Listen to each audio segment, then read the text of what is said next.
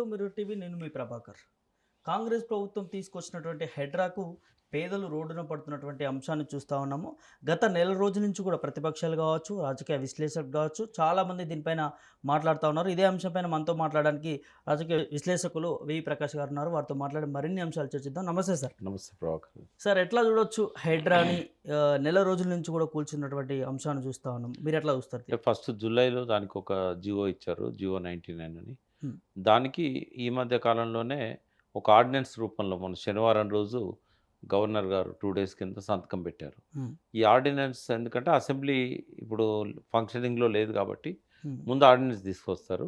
ఆర్డినెన్స్‌తోని దానికి చట్టబద్ధత వస్తది. హ్మ్. దాన్ని అసెంబ్లీలో దానికి కావాల్సిన మార్పులు, చేర్పులు చేసి హ్మ్. ఒక చట్టబద్ధత కల్పిస్తారు. హ్మ్. సో, ఇవాళ గవర్నర్ ఇచ్చిన ఆర్డినెన్స్ చూసినట్టయితే పెద్దగా మార్పులేం లేవు అందులో. ఇప్పుడు హ్మ్. ఇదివరకు జీహెచ్ఎంసీకి ఉన్న అధికారాలను హ్మ్. ఈ హైడ్రా అనే ఒక సంస్థకు బదిలీ చేస్తూ, హ్మ్. అంటే అక్కడ కమిషనర్‌కు ఉన్న అధికారాలను, కలెక్టర్‌లకు ఉన్న అధికారాలను హైడ్రా కమిషనర్‌కు బదిలీ చేశారు. హ్మ్. అంటే రంగనాథ్ గారి పాత్రను జస్టిఫై చేయడానికి చేశారు. బట్ హ్మ్. హైడ్రాలో ఏవైతే మార్పులు, చేర్పులు న్యాయ నిపుణులు గాని, ప్రజలు గాని కోరుకున్నారో చట్టబద్ధంగా ఈ కూల్చివేతలు ఉండాలంటే ఏ అంశాలు అందులో ఉండాలి? హ్మ్. ఈ విషయాల మీద మాత్రం ఆర్డినెన్స్‌లో పెద్దగా ప్రస్తావన లేదు. ఓకే. అంటే పూర్తిగా ఈ ప్రభుత్వము హైదరాబాద్ యొక్క భౌగోళిక పరిస్థితులను గానీ, దాని చరిత్రను గానీ అర్థం చేసుకోవడంలో పూర్తిగా విఫలమైందని చెప్పొచ్చు. హ్మ్. రాజ్యాంగాన్ని గూడా, చట్టాలను గూడా గౌరవించలేదు. ఇప్పుడు హైడ్రా చేస్తున్న ప్రతి పని గూడా ముఖ్యమంత్రి గారికి ఆపాదించాల్సొస్తది. అవును. అంటే ఆయన ఆధ్వర్యంలోనే ఇదంతా జరుగుతున్నది. హ్మ్. అయితే ఒక రాజ్యాంగబద్ధంగా ఎన్నికైన ప్రభుత్వము, ముఖ్యమంత్రి రాజ్యాంగాన్ని గౌరవించాలి, చట్టాన్ని గౌరవించాలి, ఇక్కడి చారిత్రక పరిస్థితులను అర్థం చేసుకోవాలి. హ్మ్. ఈ 3 రకాల పొరపాట్లు రేవంత్ రెడ్డి ప్రభుత్వం చేస్తున్నది. నంబర్ 1 ఏందంటే జీవోలో ఏవైతే ఉన్న విషయాలకు చట్టబద్ధత కల్పించారో హ్మ్. అంత మాత్రమే సరిపోదు. హైడ్రాను స్ట్రెంథెన్ చేయాల్సింది అందులో అనుమానం లేదు. హ్మ్. కానీ హైడ్రాలో తీసుకురావాల్సిన అంశాలేంటసలు? ఇవాళ హైకోర్టు ఎందుకు ప్రశ్నించింది? జస్టిస్ లక్ష్మణ్ గారు అనేక ప్రశ్నలేశారు.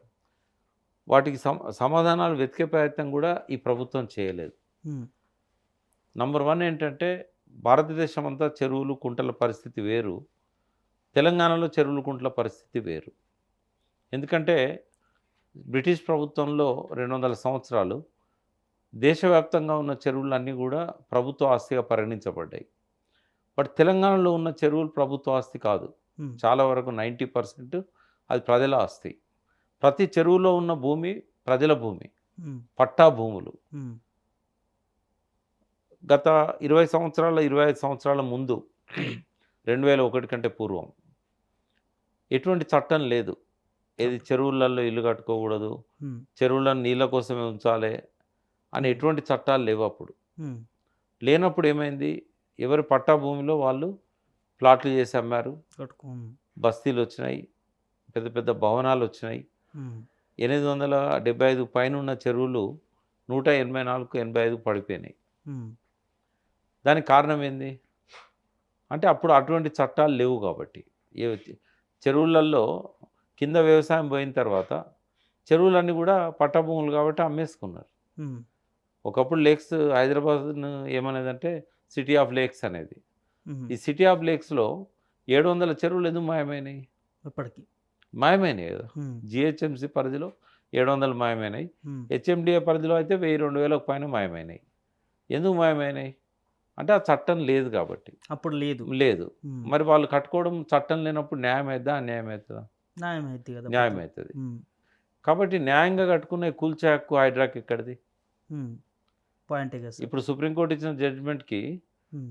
అది జడ్జిమెంట్ కంటే పూర్వం ఉన్న స్థితికి అప్లై చేయాలని రెట్రాస్పెక్టివ్ ఎఫెక్ట్ అంటారు. లేదు హ్మ్. గదా! లేనప్పుడు 60 ఏళ్ల కింద, 50 ఏళ్ల కింద కట్టిన బస్తీలను నువ్వెట్లా కూలగొడతావు? హ్మ్. ఆ చెరువులను నువ్వెట్లా రివైవ్ చేయగలుగుతావు? నీకెవడిచ్చిండు అధికారం? అంటే ముఖ్యమంత్రి అయినంత మాత్రాన రాజ్యాంగ విరుద్ధంగా ప్రవర్తించొచ్చా? చట్ట వ్యతిరేకంగా ప్రవర్తించొచ్చా? హ్మ్. ఆయన అధికారం ఇచ్చిండు గానీ, కమిషనర్ పోయి ఆటిని కూలగొడితే, బీపీ ఆచార్య శ్రీలక్ష్మిలాగా రంగనాథ్ గారు గూడా రేపు జైల్‌లో ఉండాల్సొస్తది. హ్మ్. ముఖ్యమంత్రులు 5 ఏళ్లకోసారి మారుతా ఉంటారు. అవును. కానీ ఆ కమిషనరు, అధికారులకు మాత్రం చట్టం గురించి తెలవాలి గదా! మరి హ్మ్. నువ్వు ఏ చట్టం ఆధారంగా పాత వాటిని కూలగొడుతున్నావు? అవును. పాతవి రివైవ్ చేసే అధికారాన్ని నీకు ఏ చట్టం ఇచ్చింది? ఫస్ట్ ఏందంటే రంగనాథ్ గారికి గానీ, అక్కడున్న ఎంఆర్ఓ గారికి గానీ, హ్మ్. ఎవరైతే తహసీల్దార్లు మాకు చూపెడుతుండ్రన్నారు గదా! అసలు ఎఫ్‌టీఎల్ అనేది ఎక్కడుందో ఎవరికీ తెలవదు. హ్మ్. బఫర్ జోన్ అనేది ఎవరికీ తెలవదు. హ్మ్. ఎఫ్‌టీఎల్ ముందు నిర్ధారిస్తే అక్కడి నుంచి ఒక 30 మీటర్ల అర్బన్‌లో, 50 మీటర్ల రూరల్‌లో buffer zone. FTL buffer zone అనేది అంటాం. హ్మ్. మరి ఎఫ్‌టీఎల్‌కే గీతలు లేవు. బఫర్ జోన్ ఎక్కడి నుంచి వచ్చింది? హ్మ్. ఎక్కడి నుంచి కూలగొడతారు మీరు? మొన్న జస్టిస్ లక్ష్మణ్ గారు ఇదే మా ప్రశ్న అడిగారు. హ్మ్. నేనైతే 3 నెలల నుంచి చెప్తున్నా మీడియాలో. హ్మ్. ఎఫ్‌టీఎల్ నిర్ధారణే కాలే గదా! ఇప్పటివరకు 185 మిగిలినాయి జీహెచ్ఎంసీలో. హ్మ్. 185లో 52 చెరువులకే ఎఫ్‌టీఎల్ ఉన్నాయి. అంటే ఇప్పుడు హైడ్రా కూలగొట్టేదంతా తప్పుడు లెక్కలంటారా? హైడ్రా చేస్తున్న పనులలో 99% తప్పులే గాదు. హ్మ్. రేపు జైల్లో కూసోవాల్సొస్తది. హ్మ్.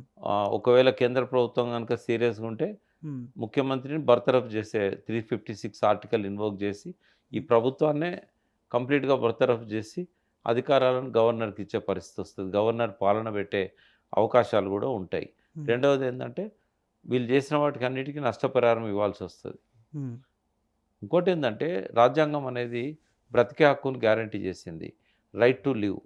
అవును. ఇప్పుడు నువ్వు ఇల్లీగల్‌గానో, లీగల్‌గానో చెరువులలో ఇల్లు కట్టుకున్నావు. హ్మ్.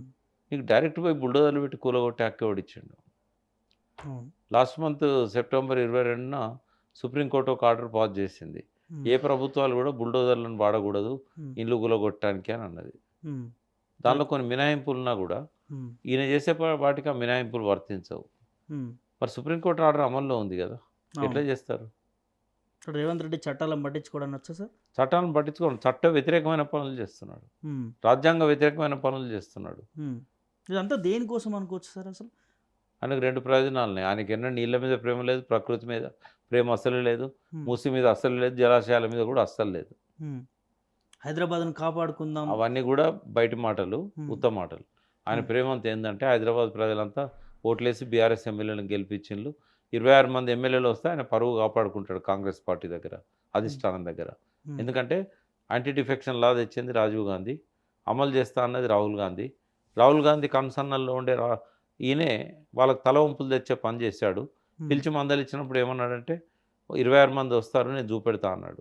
హ్మ్. 26 మంది వస్తలేరు. రూరల్ ఎమ్మెల్యేలనేమో బెదిరిచ్చాడు. మీకు బిల్లులియ్యను, ఏమియ్యను అని. హ్మ్. వాళ్ళొచ్చి జాయిన్ అయిపోయిండ్లు. హ్మ్. అర్బన్ ఎమ్మెల్యేస్ ఏమో బిల్లులేమి ఉండవు వాళ్ళకు. హ్మ్. ఈ మున్సిపల్ వర్క్స్ అన్నీ మున్సిపాలిటీ చూస్తది. హ్మ్. కార్పొరేటర్లు వాళ్ళకి సంబంధించిన ఇష్యూస్ అవన్నీ. ఈయనేందంటే ఈ హైడ్రా పేరుతోనో, మూసీ పేరుతోనో ఇక్కడ ఎమ్మెల్యేలని ఇబ్బంది పెట్టాలని చెప్పి అట్లా ఒత్తిడి తెస్తే పార్టీలకొస్తారు. కన్వెన్షన్ కూలగొట్టంగానే అక్కడున్న బిల్డర్లందరూ పోయి గాంధీని ఒత్తిడి తెచ్చిండ్లు. హ్మ్. గాంధీ పోయి కలిసిండు. హ్మ్. బట్ ఏ ఎమ్మెల్యే కూడా కలిసే అవకాశం లేదు. చాలా స్ట్రాంగున్నారు. ఆయనకి ఎప్పటికి కూడా 26 నంబర్ రాదు. హ్మ్. యాంటీ డిఫెక్షన్ లా వర్తించకుండా ఎమ్మెల్యేలందరినీ 2/3 స్ట్రెంగ్త్‌ను కలిపి ఏదైతే కేసీఆర్ చేశాడో హ్మ్. దానికి రిటాలియేషన్ నేను చేస్తా అని చెప్పి ఆయన అనుకుంటున్నదంతా అది కలగా మిగిలిపోతది తప్ప అంతిమంగా ఆయన బదనాం అయితాడు. హ్మ్. ఇది ఒక ఫ్యూటైల్ ఎఫర్ట్, విఫలమయ్యే ప్రయత్నం. హ్మ్. అంటే ఈ హైడ్రా తీరుగా చూస్తా ఉంటే ఇప్పటివరకు చాలా భారీ నష్టం జరిగింది సార్. పేదలు రోడ్డుకొచ్చినటువంటి పరిస్థితి. వీళ్ళకి న్యాయం చేయాలంటే ప్రభుత్వం ఎలాంటి నిర్ణయం తీసుకోవాలి సార్? అన్యాయం చేసే ప్రభుత్వం న్యాయం చేస్తదని ఎట్లా అనుకుంటాం? హ్మ్. నిజంగానే వాళ్ళకు ఇప్పుడు నాకు జలాశయాలంటే ప్రేమ. నేను భారతదేశంలో నదుల మీద చైర్మన్‌గా పనిచేస్తున్నా.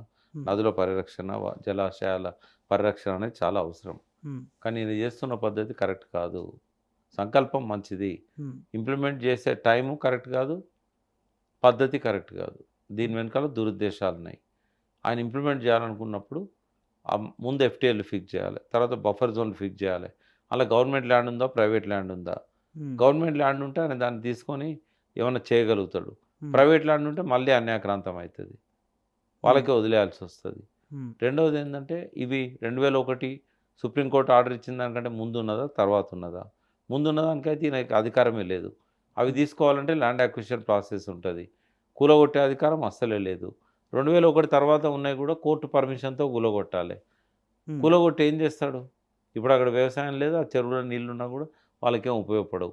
ఎన్విరాన్మెంట్‌కు ఉపయోగపడుతది. చెరువులో నీళ్లుంటే వాతావరణం బావుంటది. టెంపరేచర్ తగ్గుతది. ఉండాలని కోరుకుంటా నేను. అవును. కానీ నువ్వు వాళ్ళని రిహాబిలిటేట్ చేయాలి ఫస్ట్. నువ్వు వాళ్ళని మంచి 2 బెడ్‌రూమ్ ఇల్లు కట్టించి, నీ ఖర్చుతోని ట్రక్కులలో వాళ్ళ ఇంటి సామానంతా తీసుకపోయి, గౌరవంగా వాళ్ళని అందులో ఉంచి, ఆ తర్వాత వచ్చి కూలగొట్టుకు ఇప్పుడు ఎవడొద్దన్నాడు. కట్టిస్తట్టుండే సార్ అంబర్పేట మరి ఈ పొలాలు. లోపల ఎక్కడ ఉండాలి వాళ్ళు? ఉమ్, రాత్రి వాళ్ళు ఉపాధి పాడు చేస్తే ఎట్లా? నిండు గర్భిణిని చూడకుండా ఇల్లు ఖాళీ చేయించిండ్రు. ఉమ్, లోపల పోయి పుస్తకాలు తెచ్చుకుంటాం అన్నారు చిన్న పిల్లలు. ఉమ్, నీకు అంత ఓపిక లేదా? ఒక 10 నిమిషాలు ఆగితే ఆ పిల్లలు వాళ్ళ టెక్స్ట్ బుక్స్ తెచ్చుకుంటారు కదా! అవును. ఆ!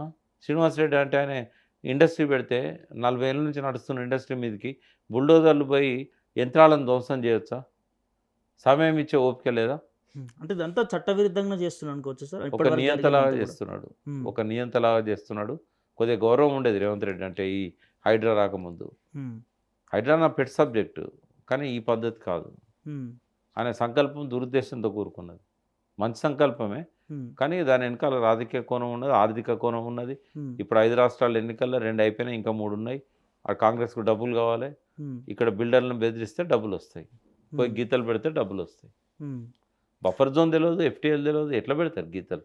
ఉమ్, అందరూ కూడా నష్టపరిహారం కోరితే ఇవ్వాల్సి వస్తుంది పెద్ద ఎత్తున. నాగార్జున కోర్టును కోరలేదు కానీ ఆయన కనుక నష్టపరిహారం కోరితే ఓ 1000 కోట్లు ఇవ్వాల్సి వస్తుంది ఇన్కన్వెన్షన్ కూలగొట్టినందుకు. అంటే డబ్బులు దండుకోవడానికే బడా బాబులని అది కూడా ఒక కారణం కారణం అనుకోవచ్చు. అనుకుంటున్నా నేను. ఉమ్, ఎందుకంటే చిత్తశుద్ధి కనబడతలేదు.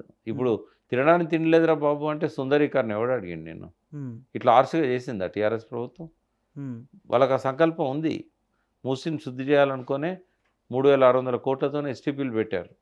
ఉమ్, ప్రజలను ఇబ్బంది పెట్టొద్దనే నిజాంపేట, బాచుపల్లిలో అపార్ట్మెంట్లలో నీళ్ళు వస్తే అవి కూలగొట్టలే వాళ్ళు.